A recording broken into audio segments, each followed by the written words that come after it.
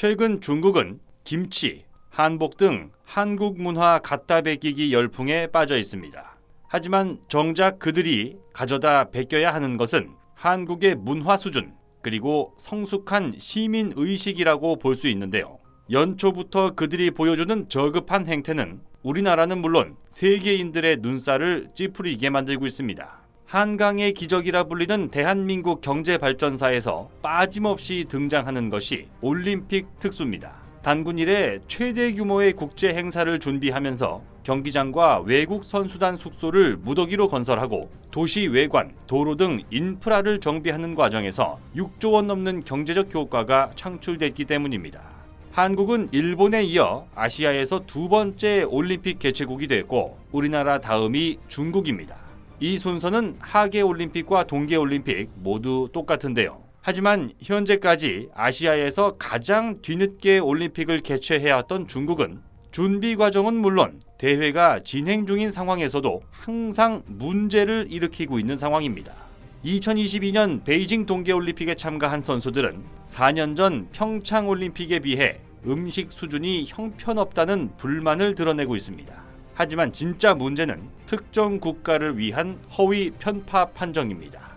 2022 베이징 동계올림픽 현지에서는 심판의 허위 판정을 통해 경쟁국가 선수들을 모조리 탈락시키고 중국 선수들이 잇따라 메달을 가져가고 있습니다. 게다가 적반하장으로 중국에서는 한국 선수들은 왜 이리 반칙을 많이 하느냐는 조롱 섞인 반응을 보이고 있는데요. 윤홍근 선수단장은 긴급 기자회견을 열고 국제올림픽위원회에 항의 서한을 발송하는 것은 물론 국제스포츠중재재판소에 제소하겠다는 뜻을 밝혔습니다. 그런데 허위 편파 판정을 두고 중국인들이 보이는 반응 때문에 과거 대한민국의 사례가 재차 주목을 받고 있습니다. 1988년 서울올림픽에서 복싱 국가대표였던 박시헌 선수는 결승전에서 미국의 로이 존스 주니어를 상대로 판정승을 기록하며 대한민국의 마지막 금메달을 안겼습니다. 하지만 한국 관중들은 환호가 아니라 오히려 야유를 보냈는데요. 객관적인 경기 내용은 누가 봐도 상대 선수가 앞섰고 그 판단은 박시헌 선수 본인도 마찬가지였기 때문입니다. 결국 박시헌 선수는 시상대에 올라 금메달을 목에 걸고도 당당하게 고개를 들지 못했고 시민들은 우리가 지금까지 고생해서 딴 금메달에 대한 모욕, 국제복싱연맹이 한국에게 망신을 주려는 것이냐며 강력하게 항의했습니다. 일부 시민은 끝까지 유종의 미를 거둬야 할 올림픽에 5점을 남긴 것 같다고 밝히며 심지어 미국에 사과를 해야 한다는 말까지 나왔는데요.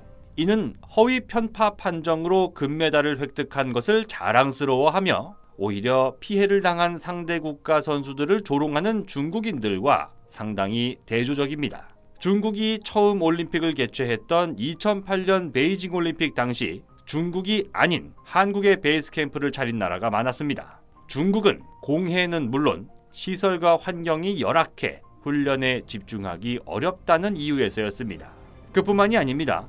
2008년 성화 봉송 과정에서 중국인들은 대한민국 땅에서 한국 시민단체와 경찰을 상대로 집단 폭행 사건을 벌이는가 하면 한국과 중국이 벌인 양궁 결승전 경기에서 한국 선수가 쏠 때 야유를 보내며 호루라기를 불어 집중력을 흐트러뜨리는 모습도 보였습니다.